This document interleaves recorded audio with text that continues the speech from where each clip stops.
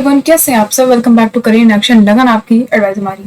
This is Shilpa Saroj and daily current affairs में आप सभी का बहुत बहुत स्वागत है। आज है 28 अप्रैल 2022। आज से क्या इंपॉर्टेंट न्यूज हो सकते हैं, क्या इंपॉर्टेंट फैक्ट्स हो सकते हैं, वो हम देखेंगे।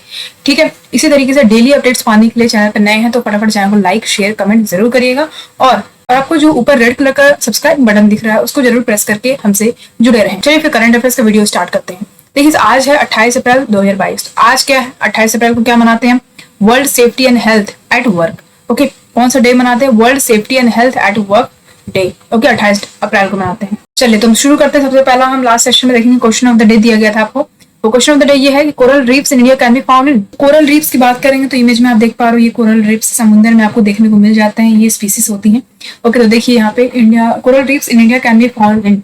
तो कोरल रीफ्स कहाँ पे पाए जाते हैं इंडिया में? आपके कहाँ पाए जाते हैं इंडिया में? देखिए एग्जाम यहाँ पे, देखिए कोरल रीफ्स इंडिया में कहाँ पाए जाते हैं? Waltair, Trivandrum, the coast of Orissa and Rameswaram. तो रामेश्वरम में पाए जाते हैं। ओके, याद रखिएगा कहाँ पाए जाते हैं? रामेश्वरम में। ये कोरल रीफ जो है कहाँ पे लोकेटेड है? तमिलनाडु के कोस्ट पर। ओके, पाक बे आप जानते होंगे, पाक बे जो कि कहाँ पे है? रामेश्वरम में, गल्फ ऑफ मन्नार में। ओके, याद रखिएगा यहीं पे है ये कोरल रीफ्स। अगर हम बात करें कि कोरल रीफ्स जो है कहाँ पे और देखने को मिलेगा, तो 100 कंट्री से ज्यादा देखने को मिलेंगे, उनके बॉर्डर्स पे देखने को मिलते हैं। कहाँ कहाँ? जैसे शॉर्ट में आप समझो ऑस्ट्रेलिया में, इंडोनेशिया, फिलीपींस, पापा न्यूगिनिया, फिजी और मालदीव्स में देखने को मिल जाएंगे। ओके, चलिए तो आज का वीडियो स्टार्ट करते हैं। सबसे पहला क्वेश्चन की तरफ देखेंगे। हमारा पहला क्वेश्चन है 28 April is observe every year as. तो देखिए 28 अप्रैल को हम क्या मनाते हैं हर साल? The world day for safety and health at work. देखिए, तो ये जो world day for safety and health at work है, इस क्यों हम सेलिब्रेट करते हैं इसको हर साल?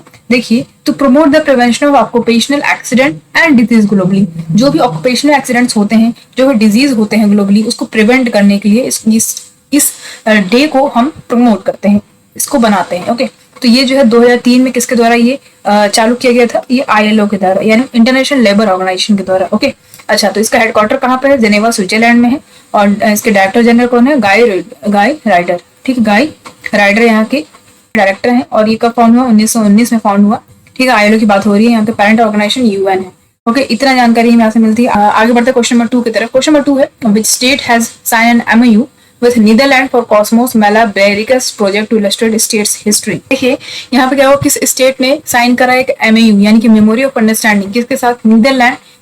नीदरलैंड के साथ। किस लिए? कॉस्मोस मैलाबैरिकस प्रोजेक्ट के लिए, ताकि स्टेट का जो हिस्ट्री है उसको और ज्यादा इलस्ट्रेट किया जा सके। तो स्टेट गवर्नमेंट ने कहा, ठीक है, स्टेट गवर्नमेंट ने साइन किया है MOU नीदरलैंड के साथ कॉस्मोस मैलाबैरिकस प्रोजेक्ट में। ये जो एग्रीमेंट साइन हुआ है किसके प्रेजेंस में हुआ है? तो केरला का जो CM है पिनराई विजयन, उनके प्रेजेंस में ये चीज साइन हुआ। ओके, याद रखिएगा। अच्छा, और वहां के कौन है? डच एम्बेसडर हैं इंडिया के, उनका नाम क्या है? Martin Van Denberg. ठीक, इनके भी प्रेजेंस में ये चीजें हुई। अच्छा, तो स्टेट जो है वो क्या करेगा? कोलैबोरेट करेगा नीदरलैंड के साथ, ताकि वो एक एस्टैब्लिश करे पेंट अकेडमीज। कहाँ पे? मल्लापुरम और कोलम में। ठीक है, मल्लापुरम और कोलम में जो है पेंट अकेडमीज यहाँ पे एस्टैब्लिश किया जाएगा। अच्छा, ये जो प्रोजेक्ट है कब तक कंप्लीट हो जाएगा? ये 6 साल में कंप्लीट हो जाएगा, 6 इयर्स में ये कंप्लीट हो जाएगा। देखिए इस प्रोजेक्ट में मेनली हो क्या रहा है। देखिए 18th सेंचुरी का जो डच डॉक्यूमेंट है ना मालाबार के ऊपर, तो उसमें बहुत ही ज्यादा एक्सटेंसिव इन्फॉर्मेशन है केरला के बारे में। केरला का जो टाइम पीरियड था 1643, देखिए 1643 से 1852 तक का जो टाइम पीरियड था, उसमें बताता है केरला का जो भी हिस्ट्री है वो उसमें बताया जाता है। ओके, तो ये जो डॉक्यूमेंट है किस लैंग्वेज में लिखा गया है? क्लासिकल डच लैंग्वेज में लिखा गया है। और ये ठीक है, तो तमिलनाडु, केरल और नीदरलैंड में अवेलेबल है, इसलिए जो ये चीजें यहाँ पे बताई गई है। आगे बढ़े क्वेश्चन नंबर 3 की तरफ। Who has honoured with life time status of the rank of cabinet minister. देखिए यहाँ पे किसको जो है अभी हाल ही में life time status of the rank of cabinet minister के तौर पे नवाजा गया है। तो ये कौन है? तो ये कौन है? ये प्रताप सिंह राणे हैं। कौन? प्रताप सिंह राणे, जो कि वेटरन कांग्रेस लीडर हैं। ओके, तो बीजेपी गवर्नमेंट ने क्या क्या है इनको ऑनर्ड करा है, वेटरन कांग्रेस लीडर को, प्रताप सिंह राणे को, इनका 50 साल एज ए MLA बने रहने के लिए।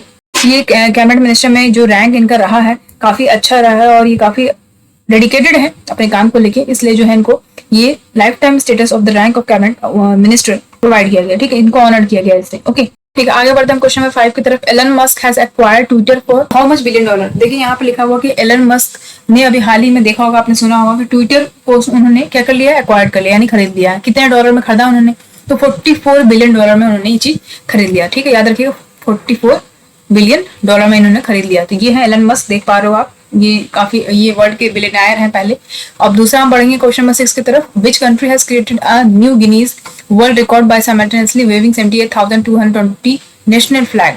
देखिए अभी हाल ही में किस कंट्री ने एक न्यू गिनीज वर्ल्ड रिकॉर्ड बना लिया है, एक साथ उन्होंने 78,220 नेशनल फ्लैग को फहराया है। इमेज में देख पा रहे हो यहाँ पे, और भी यहाँ पे नेशनल फ्लैग्स, मतलब 78,000, समझ रहे हो, बहुत बड़ी गिनती है। तो इसको जो है इन्होंने एक साथ ये नेशनल फ्लैग फैलाया है, इसलिए इन्होंने एक न्यू गिनीज वर्ल्ड रिकॉर्ड बना लिया है। तो वो इंडिया है। कौन है? इंडिया। ओके, याद रखिएगा। आगे बढ़े क्वेश्चन नंबर 7 की तरफ। Who was the world oldest person till her death on April 2022। देखिए अभी हाल ही में वर्ल्ड की ओल्डेस्ट पर्सन कौन बन गई है, जब तक उनकी डेथ नहीं हो गई थी तब तक, यानी 19 अप्रैल 2022 को उनकी डेथ हो गई। तो वर्ल्ड की ओल्डेस्ट पर्सन कौन है? तो उनका नाम है केन तनाका। क्या नाम है? केन तनाका नाम है उनका, और इनकी एज हो गई है 119 साल पे इनकी डेथ हुई है, जो कि 19 अप्रैल को हो गई है। ओके, तो ये याद रखिएगा, एग्जाम में आपसे पूछ सकता है कि वर्ल्ड की ओल्डेस्ट पर्सन कौन रही जो कि जिनका देहांत 19 अप्रैल को हो गया है। तो केन तनाका याद रखिएगा, इमेज में देख पा रहे हो ये है। ओके, आगे बढ़े क्वेश्चन नंबर 8 की तरफ। Which Bollywood actress will be part of the competition jury at the 2022 Cannes film festival. देखिए अभी हाल ही में इस बॉलीवुड एक्ट्रेस को competition jury at the 2022 Cannes film festival का पार्ट बना दिया गया है, बनाया जाएगा। तो दीपिका पादुकोण को बनाया जाएगा। देखिए दीपिका पादुकोण के बारे में बात करूं तो ये गजब की एक एक्ट्रेस है, बॉलीवुड की मशहूर एक्ट्रेस है। जैसे कि आप पता हो, सबसे इनकी अच्छी मूवी जो है, सबसे धमाकेदार वो है पद्मावत, जैसे कि आप जानते हो, और बाजीराव मस्तानी में भी इन्होंने गजब का रोल करा। तो इस तरीके से काफी ज्यादा ये सुपरस्टार है एक तरीके से देखा जाए तो, ठीक है। तो यहाँ पे देखो इनको इसमें क्या किया गया, पार्ट बना दिया गया competition jury at 2022 Cannes film festival का।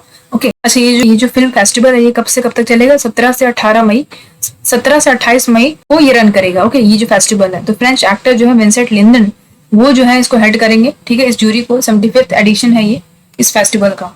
पादुकोण जो है 36 साल की है, और ये अर्लियर जो है चेयरपर्सन थी जियो मामी मुंबई फिल्म फेस्टिवल के लिए, 2 साल के लिए थी ये। ओके, याद रखिएगा, जियो मामी मुंबई फिल्म फेस्टिवल के लिए ये जो है क्या थी, चेयरपर्सन थी। तो ये जो है फर्स्ट टाइम रहेगा कि दीपिका पादुकोण जो है ये अटेंड करेंगी Cannes film festival as a jury member. ये जूरी मेंबर यहाँ पे बन गई है। ओके, याद रखिएगा।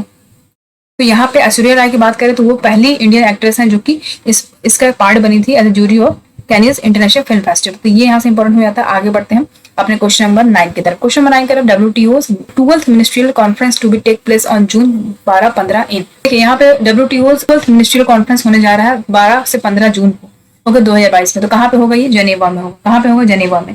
ओके, तो ये जो WTO यानी कि वर्ल्ड ट्रेड ऑर्गेनाइजेशन, ओके, देखिए जो मिनिस्ट्रियल कॉन्फ्रेंस है ना, यानी MC की बात करें तो ये जो है हाईएस्ट डिसीजन मेकिंग बॉडी है, जिसमें 164 मेंबर्स हैं, जो कि जेनेवा बेस्ड मल्टीलैटरल बॉडी है। ओके, कहाँ पे हो रहा है? जेनेवा में हो रहा है, स्विट्जरलैंड में। ओके, और ये होस्टेड कौन करेगा? को होस्टेड बाय कजाकिस्तान, याद रखिएगा। देखिए तो ये जो मीट है ये जो है ये 30 नवंबर से 3 दिसंबर तक रखा गया था पहले, लेकिन इसको पोस्टपोन कर दिया गया था। ओमिक्रॉन वेरिएंट आउटब्रेक हुआ तो उसके व्यू में इसको पोस्टपोन कर दिया गया था। यूजुअली जो मिनिस्ट्रियल कॉन्फ्रेंस होता है वो हर 2 साल पे होता है, ताकि और जो भी मेंबर्स हैं WTO साथ में आए, जो भी मेंबर है वो साथ में आए और यहाँ पे सहयोग दे। तो लास्ट मीटिंग जो हुआ था वो ब्यूनस एयर्स में हुआ था। कब हुआ था? 10 से 13 दिसंबर 2017 में हुआ था। ओके, और इसका इंडिया जो है इसका मेंबर है 1995 से। इतनी जानकारी हमें यहाँ से मिलती है। आगे बढ़ते हैं अपने क्वेश्चन नंबर 10 की तरफ। Kuril island which was seen in news is claimed by which countries. सबसे पहले तो समझो कि कुरिल आइलैंड कहाँ पे है। तो ये देख पा रहे हो आप, ये वर्ल्ड का मैप है ना, वर्ल्ड का मैप। यहाँ पे देखो रशिया है, यहाँ पे चाइना है, और ये यहाँ पे छोटा सा जापान है। दिख रहा है आपको जापान? अच्छा, तो ये जापान का पोर्शन है। तो ये जो यहाँ से यानी कि ये जो पोर्शन है ना, ये इसको हम थोड़ा बड़ा करेंगे। जब बड़ा करोगे तो आप इस तरीके से कुछ दिखेगा, ठीक है।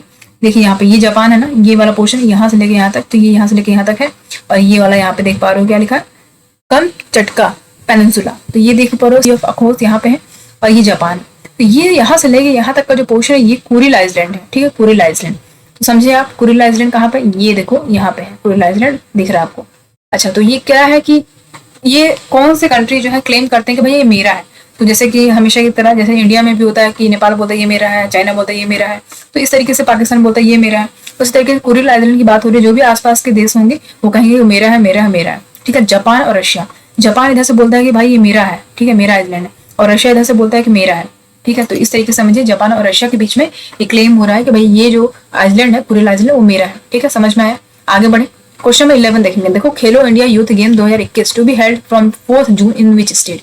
देखो, खेलो इंडिया यूथ गेम 2021 जो है होने वाला है, कहाँ पे ये होगा, किस स्टेट में होगा? 4 जून से।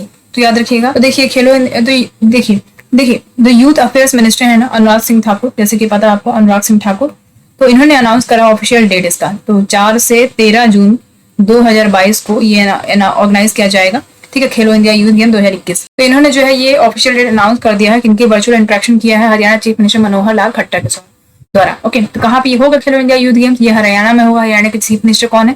मनोहर लाल खट्टर जी। ओके, तो मैस्कोट और लोगो क्या है खेलो इंडिया यूथ गेम का? देखिए, जो मैस्कोट और लोगो है खेलो इंडिया यूथ गेम्स का, वो कहाँ पे, वो कब लॉन्च होगा? 8 मई को लॉन्च होगा। कहाँ पे लॉन्च होगा? पंचकुला में, यानी हरियाणा में। ठीक है, पंचकुला हरियाणा में ये लॉन्च होगा, इसका मैस्कोट और लोगो। देखिए, द गेम जो है वो कहाँ पे होगा? Shahabad, Ambala, Chandigarh and Delhi apart from Panchkula.